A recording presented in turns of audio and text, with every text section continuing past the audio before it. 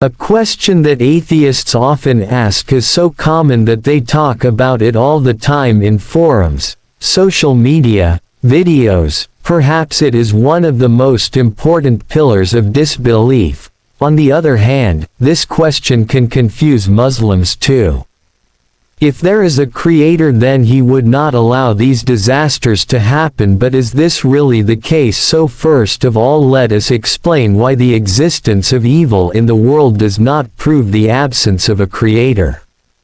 For example, imagine a gallery or an art exhibition. People who go there may like the artworks according to their taste and may not.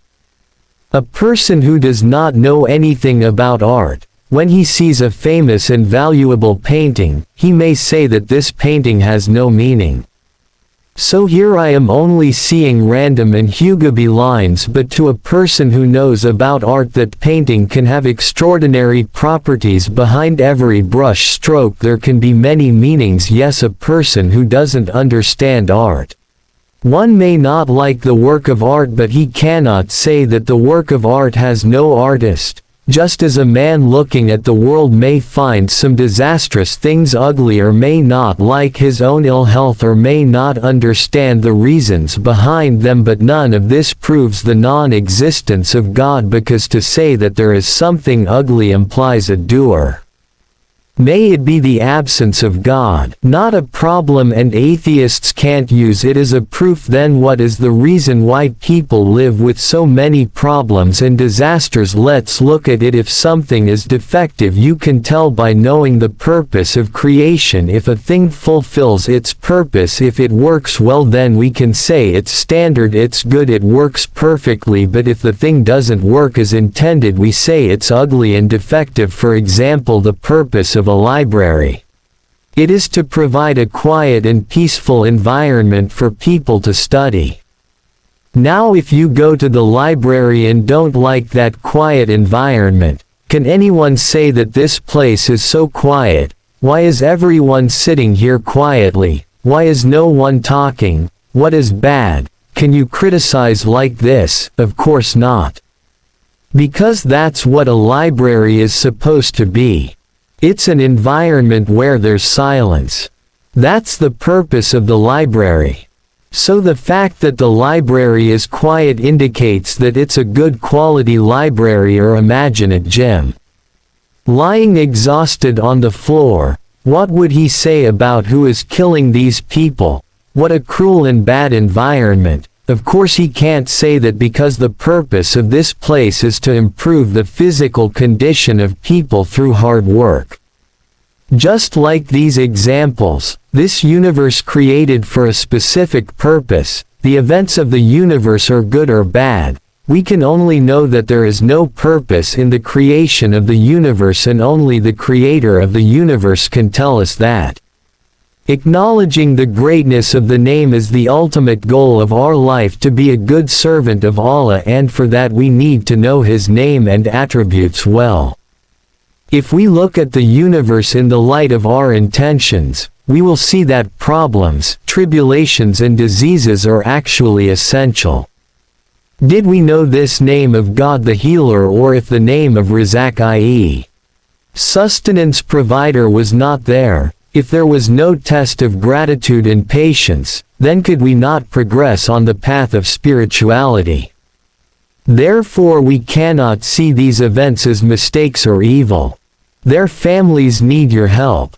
With your help, you can help people to come to the path of Islam, leave the haram, pray, read the hijab, learn the Quran, and you will also be a part of these good deeds. Inshallah. Donate and don't miss this golden opportunity. Another argument is that something is beautiful by itself. Beautiful in its usefulness and results. Even many problems that we think of as evil can be beautiful in their results, because everything is known and understood in terms of its opposite. For example, if it was not cold, heat is unknowable, light is unknowable without darkness. In the same way that the phenomena we describe as chaos, evil and ugliness are actually things through which we know the order, excellence, and beauty of the world. Imagine if ugliness did not exist. Would we know beauty, or could we speak of order if there were no chaos? So to understand any concept, the existence of its opposite is essential. He no longer understands the value of these goals. We can also think of natural phenomena such as earthquakes in this way. For example, from the outside, an earthquake may appear to be an ominous event. Maybe, but actually earthquakes tell us that there is actually order in the universe. Yes, earthquakes remind people that the earth doesn't move most of the time and tell us that there is order. We may not be aware of the fact that a stable world is actually a blessing, but when we look at the whole thing and look at all the positive and seemingly negative events that happen in the universe, we see that the bad things happen far less than the good things. To show us the opposite, so the unusual events of the universe show people accustomed to normal conditions that the things they think are normal are actually blessed chaos, because we see order as beautiful. What makes it so is the ugliness of beauty. Even things that we don't think are disordered are actually beautiful and serve their own purpose. A warning sign for a person who forgets his duties in life. Forgetting the hereafter is trouble. A careless and confused person cannot be aware of the causes of events happening around him and misperceives them. At such a stage, one should make the man face the reality and wake him up can be the greatest benefit to him. Similarly, the man who is sent on earth to know Allah sometimes forgets his duty, and instead of the purpose of life he gets immersed in very trivial things sometimes. He is so engrossed in sin that he forgets what repentance is, so in fact it is not a bad thing for God to awaken him from his indifference and sinful state through afflictions and sicknesses. Rather it pure forgiveness and beauty, because you will notice that the person who faces problems starts thinking and worshipping the hereafter more than others. So from this point of view we should see the bad times as blessings instead of bad and be grateful for it as human beings.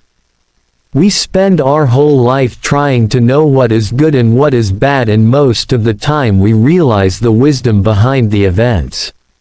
Blessing for the child, but the child doesn't know it yet. He doesn't understand the danger of touching the stupa, doesn't know the reason behind the char, but later then he understands the danger of touching the hot stupa. He realizes that the char is really a result of Mamata's love, so if you see it with Karna.